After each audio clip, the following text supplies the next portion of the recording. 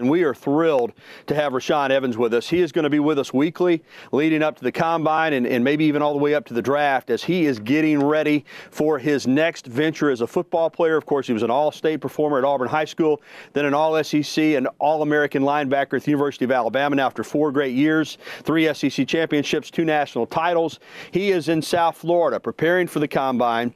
He is signed with Rosenhaus Sports agency and getting ready for the Combine and the draft, and he is going to join us weekly to kind of update us on his progress.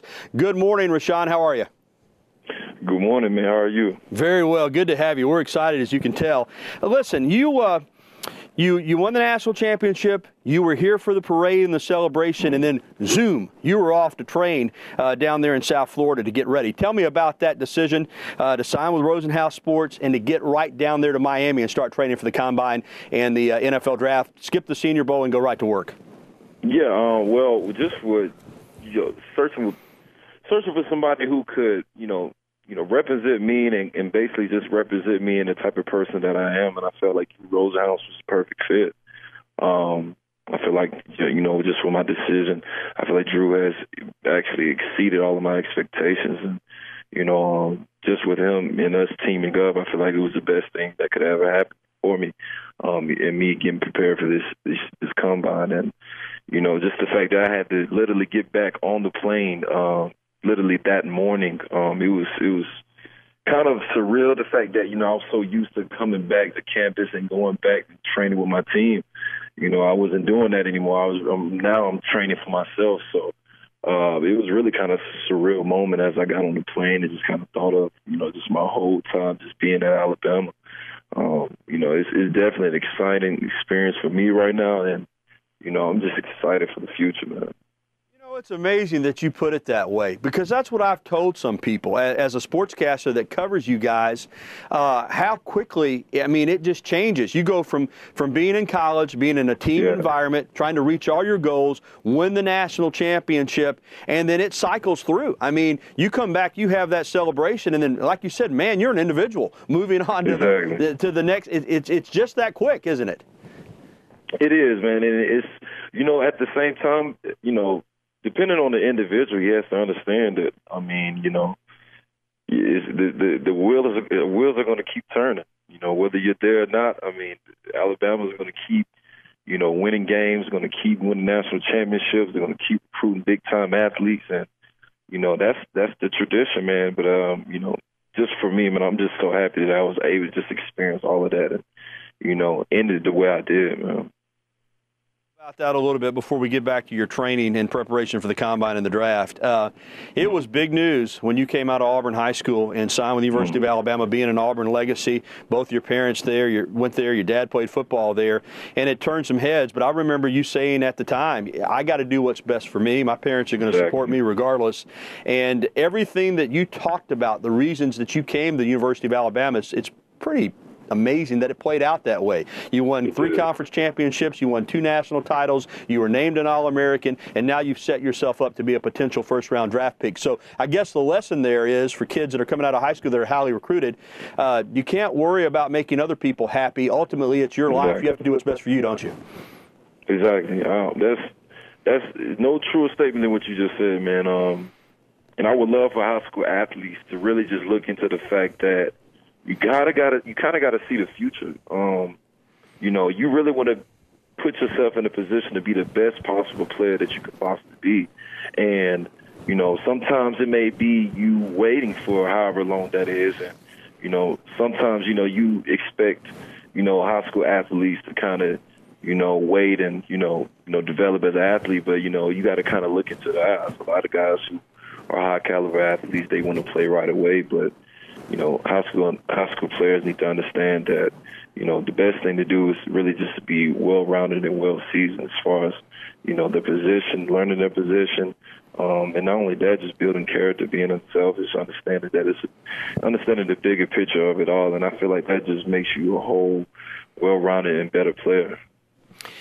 This year, you came back for your senior season. There was some talk last year that you could have looked into leaving early, but you made the decision to come back. Tell me about that decision. Obviously, it's paid off nicely for you with a national championship and now probably a first-round selection. But I know at the time you had to do a lot of soul-searching with your parents. What led you to come back for your senior season, unlike some others that left early? Yeah, for me, I had to really kind of make a educated decision, man.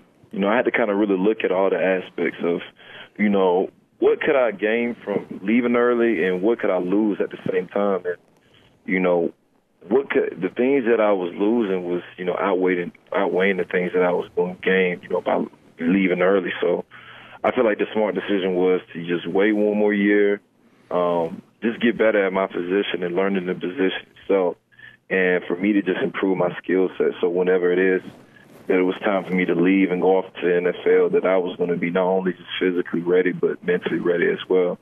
So I feel like all of those aspects kind of made me, just made me stay. And I feel like that was, like you said, man, that was the best thing that I could have done for my future. And, just look at what's happened now. And that just kind of shows you, just for me, you kind of got to look into the future, man. I always say that you got to look into the future of where you might be if these things that you do, in that moment, I feel like you got to look and take those things into account. And once you do that, I feel like the decision, it will make itself.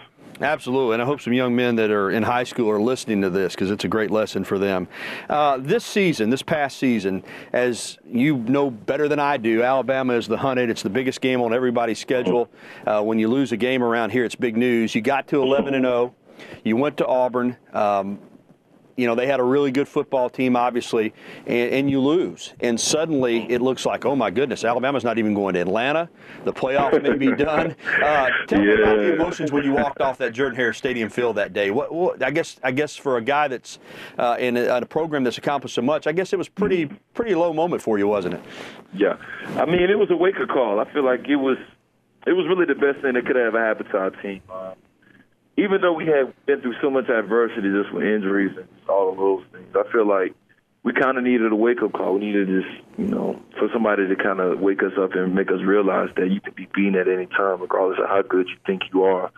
So, Coach Saban at that time, he did just a phenomenal job of just getting our minds back right and, really just be honest with you, start from scratch. I feel like we almost started a new season after that loss. And then and two, I know a lot of people heard the quote that he used of, not putting your future into somebody else's hands. Right.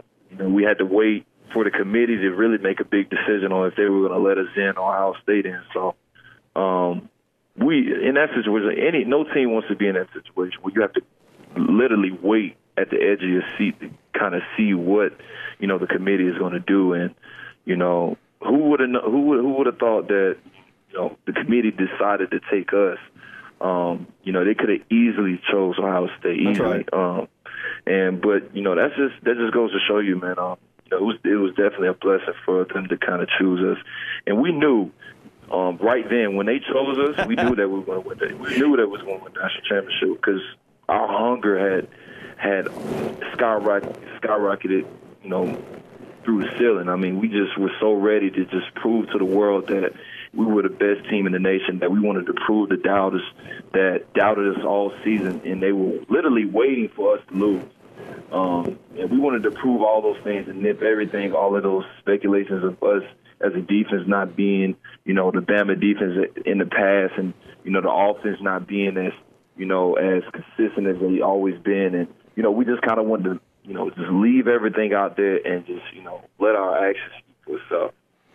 Visiting with Rashaan Evans here on the Bud Light Hotline on the Gary Harris Show. He's getting ready for the National Football League. He's down in Miami training. He's going to join us weekly for several weeks here to kind of chronicle his progress. And right now we're talking about this season that just completed with the University of Alabama. As you said, and I got that impression too, once you guys got in, it was doomsday for everybody else. Did you like that feeling of with always being the hunted, even though I know everybody recognized how good Alabama was, but to be the 4 seed, to have Clemson as the 1 seed, you kind of got to be the underdog for once.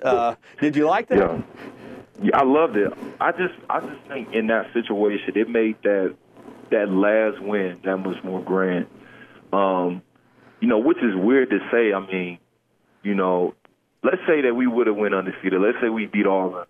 I don't think that last win would have been as grand. I feel like just with all of the injuries, with the loss and all of those things all at once just made this season just, remarkable. I just think with the things that we had to go through in order to get where we were and to be able to accomplish something so grand and win the national championship the way we did, I feel like that just made this season that much more significant. And to be honest with you, out of my whole 4 years, I feel like this was probably the most memorable season of it all, even though, you can say that it was my senior season. I'm not going to be biased about that. But at the same time, I just felt like, just with the chemistry and us, as a team banding together, just, trying to achieve one goal and being able to have our backs against the wall and being able to respond the way we did, it just made that whole situation just, something that I'll remember for the rest of my life.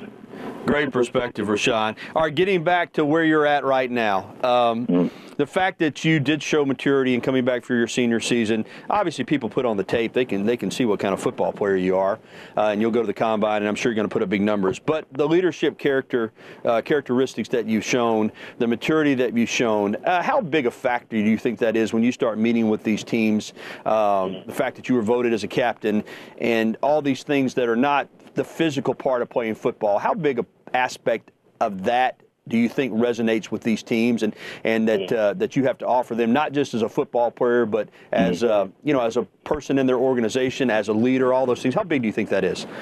I think that goes a long way. I really want teams to really see me as a person that, isn't just a football player, like you said, isn't just a guy that's athletic that can do, all of these different things in whatever position, but I want them to see, the true character of me. I want them to see that I'm able to, rally a group of guys and be able to not only just talk, but at the same time walk, and be able to show that I'm able to, do all the right things and lead the way. And I feel like teams, they need those things like that on a team in order for them to win. Coach Saban, he stresses that each and every year. He almost, in a way, he kind of tells the whole team before each year, who are going to be the guys that step up, who are going to be the guys that, kind of separate themselves in order to, show everybody that they're the ones that can, lead the pack and just show the way and be able to set an example that the team needs to, kind of go by, basically setting the standard. And, I feel like that's something that I wanted to portray, not only for my team, this past team, and not just to be honest with you, in this draft, I want to be able to show them that I'm able to do that even at the next level. So, I feel like it's something that they'll definitely recognize the fact that I was voted captain by my peers. No doubt, and I think you're going to show them that you're a well-rounded individual on the field and off.